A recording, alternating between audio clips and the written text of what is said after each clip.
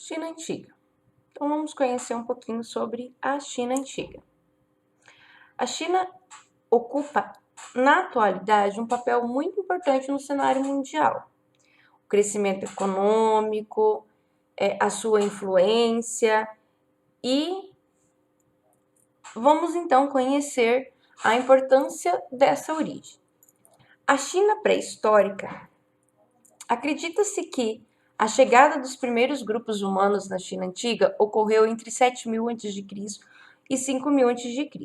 Esses grupos desenvolveram suas sociedades nas proximidades do rio Huanghe, popularmente conhecido como Rio Amarelo, e o Yangtze, conhecido como Rio Azul.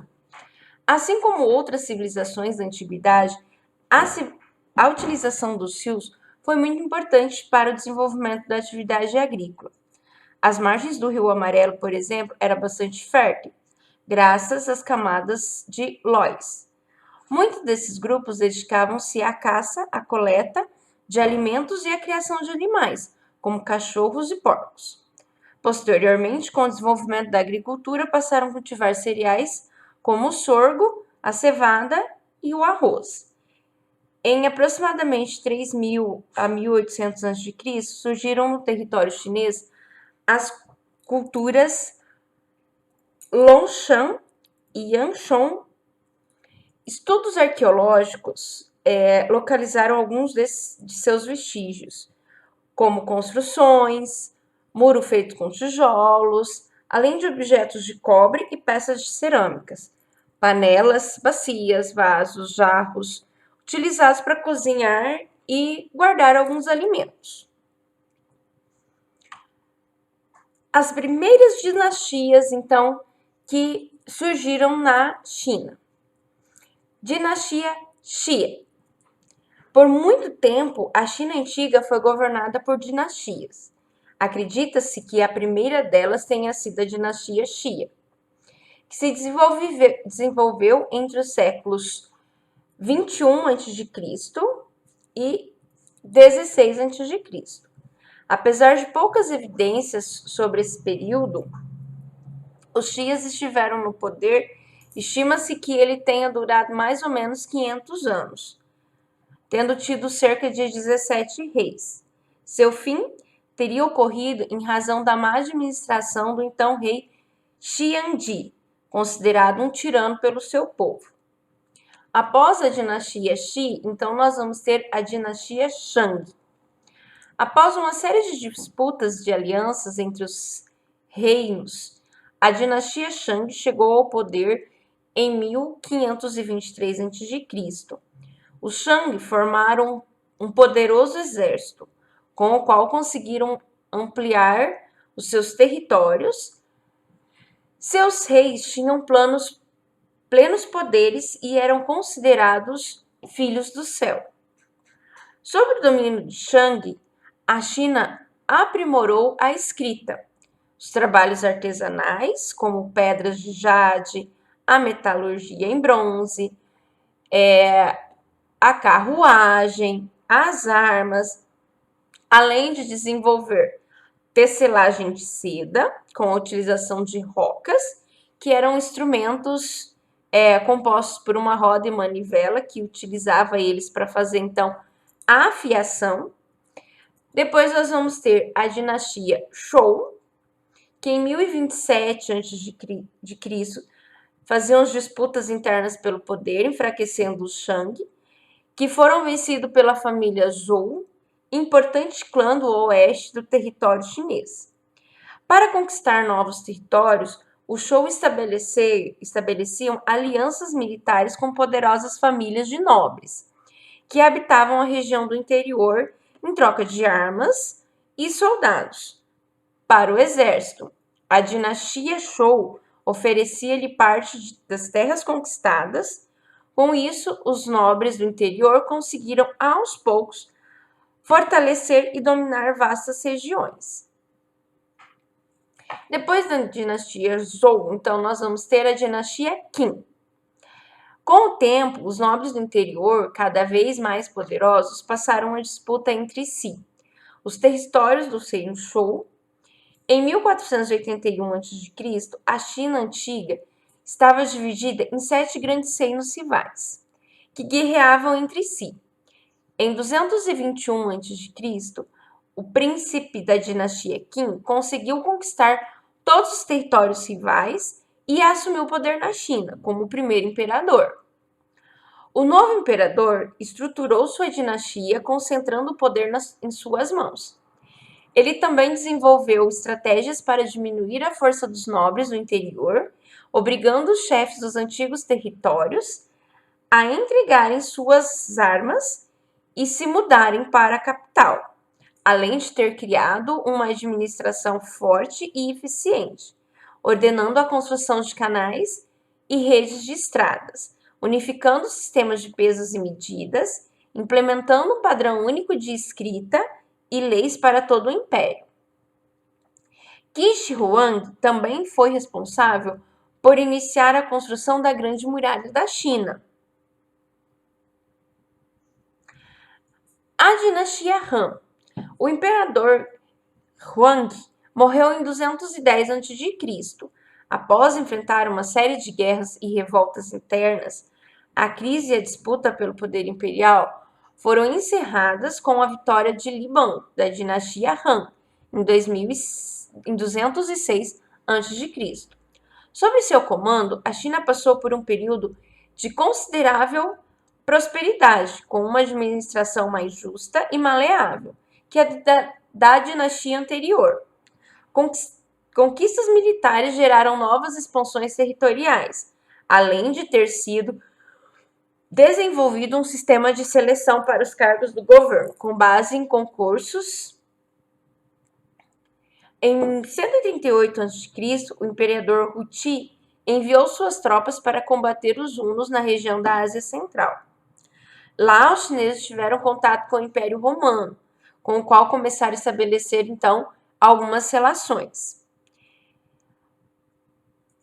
Essas relações eram relações comerciais, né? Então, muitas caravanas chinesas atravessaram a famosa Rota da Seda até o Oriente Médio, levando seda e luxuosos artesanatos e joias. Do Oriente Médio, os produtos eram distribuídos para os comerciantes para todo o Império Romano, então.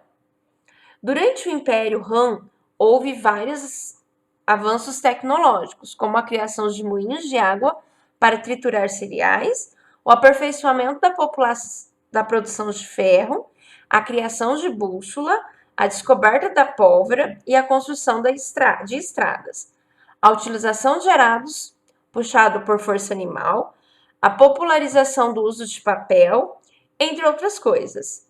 Estes avanços trouxeram como consequência o aumento de produção de alimento e a diversificação do artesanato. E a expansão, então, do comércio. A religião. Então, qual era a religião dos antigos chineses? Existiam duas correntes religiosas, o taoísmo e o confucionismo. As duas estavam ligadas à filosofia. Então, o taoísmo foi organizado por meio de obras filosóficas, que significava de Lao Tse, que significava velho mestre, e seus valores são compaixão, respeito à natureza, valorização de um modo de vida simples e aceitação da transitoriedade da vida. O taoísmo crê na concepção de que o universo é controlado por duas forças opostas e complementares, o yin e o yang. O yin, que simboliza a passividade, a noite, o frio e o feminino, e o yang, que simboliza a atividade do dia, o calor e o masculino, que formaria uma unidade equilibrada, conhecido como Tao, que pode ser traduzido como caminho. Os ensinamentos de Lao Tse atraíram muitos camponeses e trabalhadores da China. Já o confucionismo originou-se das ideias do filósofo Confúcio. Seus valores são a humanidade, Ren, senso de justiça, Ri, ritual, Li, conhecimento, Zi, integridade, Xin, aliado ao respeito, à tolerância e ao culto aos antepassados. Segundo Confúcio, esses princípios deveriam ser colocados em prática para o aprimoramento do indivíduo e, consequentemente, de toda uma sociedade.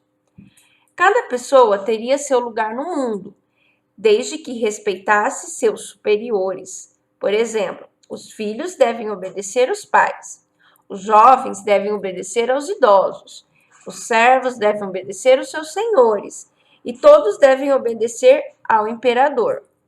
A estrutura familiar deveria ser preservada por meio da obediência, do cuidado mútuo, da união e da tradição.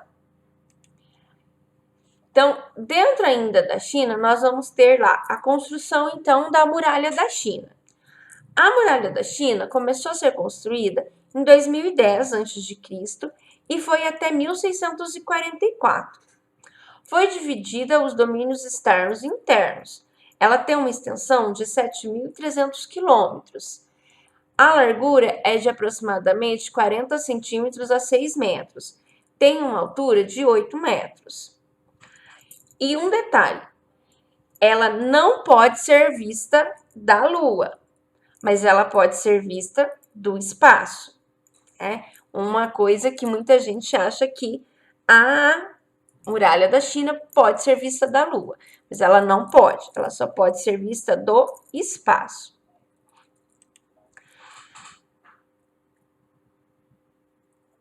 A estrutura social. Então, nós temos o imperador, que ele é o intermediário entre o céu e a terra.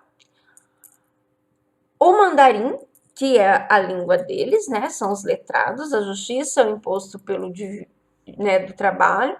Então, o mandarim é a língua que eles falam. Daí nós temos os militares, comerciantes, sacerdotes e grandes proprietários, camponeses e escravos.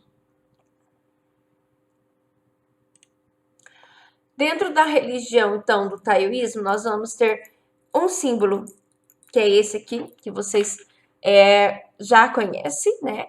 Que é o feminino, passivo, o frio, o norte, o escuro, e o masculino, que é ativo, o sul, o calor e a cor clara. A escrita deles, que são todos aqueles desenhinhos. Quais as grandes contribuições dos chineses, então, para nós, para todo mundo? O papel, a imprensa, a bússola, o carvão e a pólvora. A rota da seda, que é por onde eles faziam todo o comércio deles, né?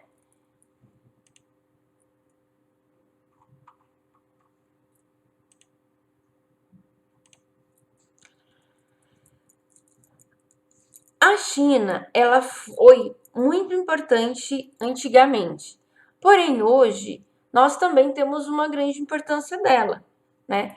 Tanto dentro do comércio, né, como já foi dito, como em outras partes econômicas, né? Hoje nós temos muitas coisas que vêm da China, né? Nós temos celulares que veio de lá, roupa que vem da China, nós temos aí brinquedos que veio da China. Então, isso foi um grande crescimento econômico da China, que está aí até hoje e acaba ajudando muitos outros lugares. Tá?